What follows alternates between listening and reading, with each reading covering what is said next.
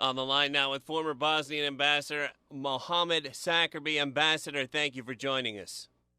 My pleasure. Things tense in England right now. I think the threat is real, in large part because I think ISIS wants to provoke the appearance, at least, of a conflict with London and Washington, because they actually think this will raise their profile not only among potential recruits, but also in their battle with the more moderate forces in Syria who are aligned against Assad.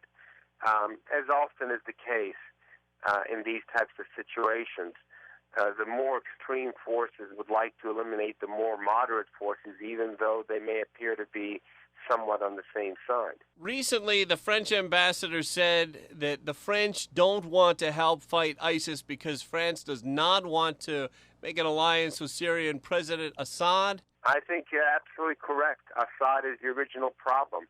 It's kind of like someone coming in and hacking you with a big knife, and then you have gangrene, and their suggestion is to cut off the leg instead of go after the person who did the hacking.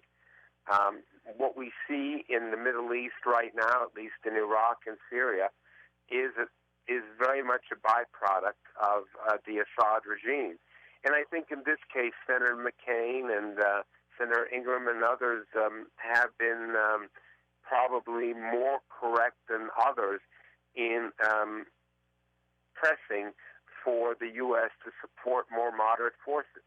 Without that support, these more moderate forces now have been overcome, at least in part, by very much extreme and more brutal forces who will nonetheless look to involve the United States and the Western powers in this conflict because they calculate that it will enhance their image, their standing with more extreme views. I remember after 9/11, there was a lot of pressure from America on the French because the French did not want to get into any military alliances with the U.S. at that time. Do you think that'll happen again? No, I don't think so, because I don't think the U.S. will ally itself with Assad either. I think there is a pretty clear view that Assad is the problem and he still needs to go. The question is, what do you do for the moment to confront ISIS, particularly their brutality? Remember, in part, the beheading of U.S. reporter James Foley was intended to shock us. It was intended to get a reaction. And I think we have to be very cautious not to react in the fashion that they want us. When we react, it has to be in a way not only to beat them on the battlefield, but to undermine the support for this very brutal ideology.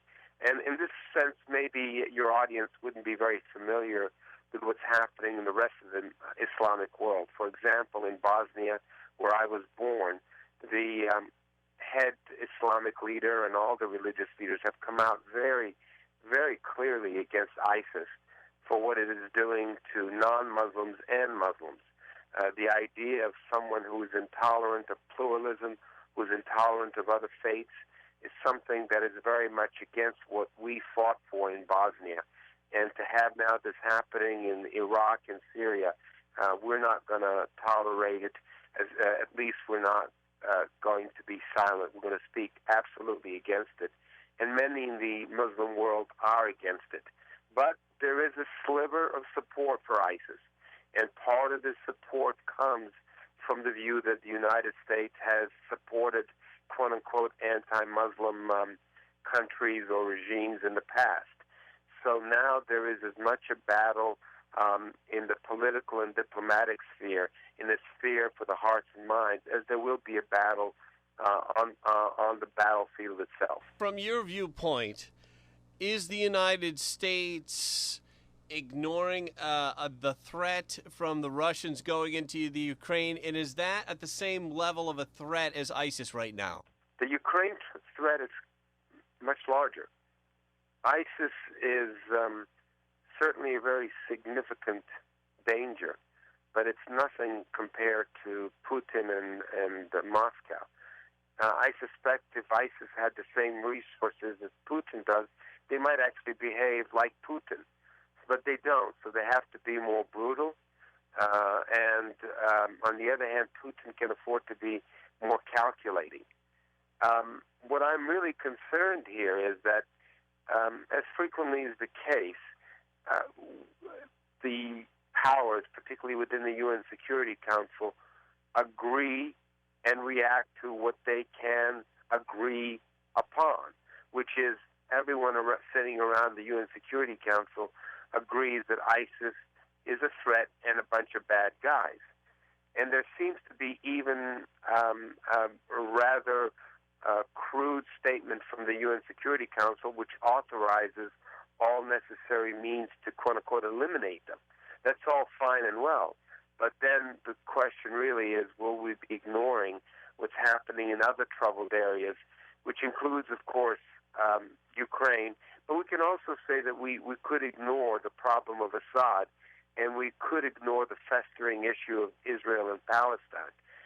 It's important that we're not drawn into a situation that we only focus upon that, which is the easiest to focus upon in terms of our emotions, in terms of what's been done to an American citizen, in terms of the type of ideology and language that's used by ISIS, but we ignore the real danger to Western Europe and U.S. interests in terms of what's happening in Ukraine.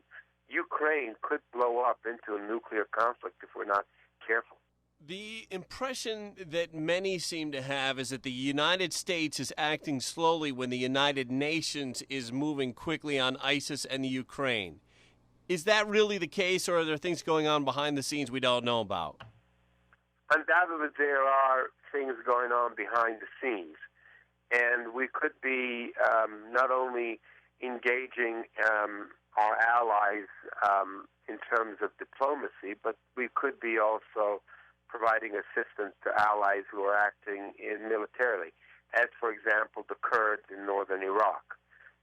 These are also Muslim people who went to defend the Christians and the other minorities in that region who were being threatened by ISIS. So that was a very effective way to, at least for the moment, stop the advance of ISIS.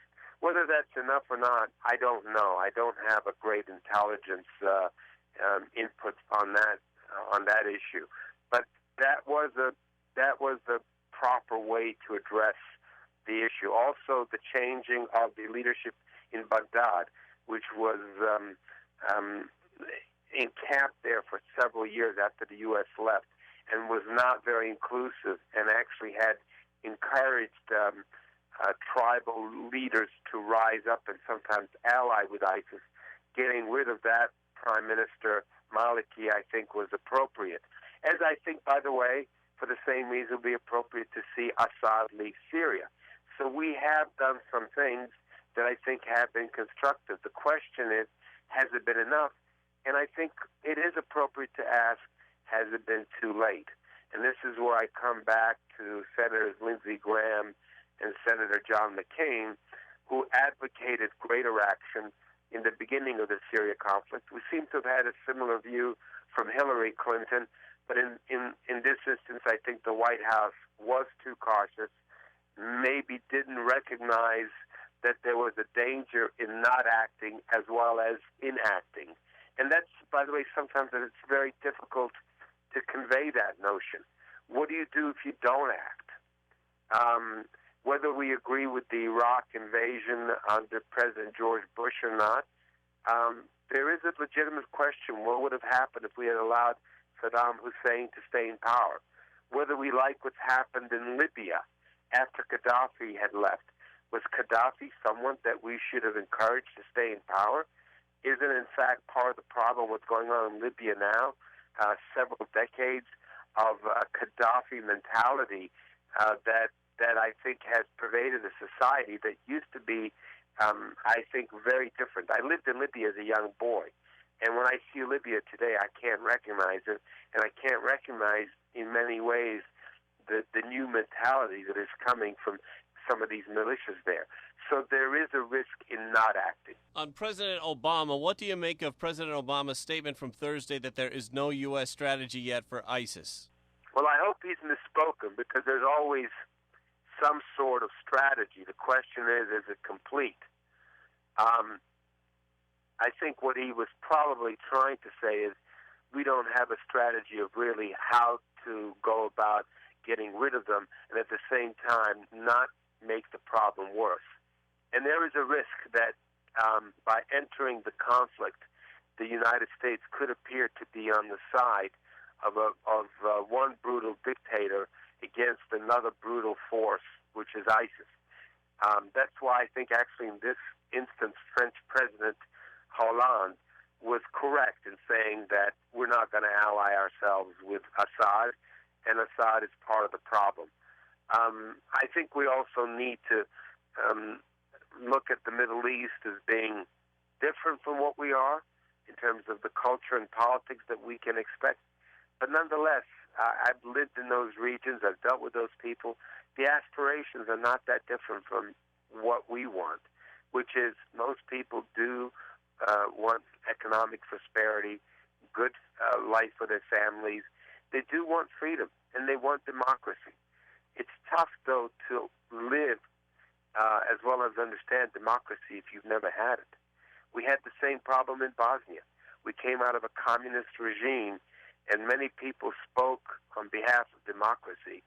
But I think it's safe enough to say that few understood how it might function in a society that is coming out of an authoritarian age. Last question now for Ambassador Muhamed Sacirbey. You were involved in creating the International Criminal Court. Do you see ISIS leaders ending up there? Yes, they should. And this is, again, a way that the U.S. can exercise influence and at the same time avoid putting U.S. Young men and women at risk. The rule of law has been always one of the great strengths of the United States.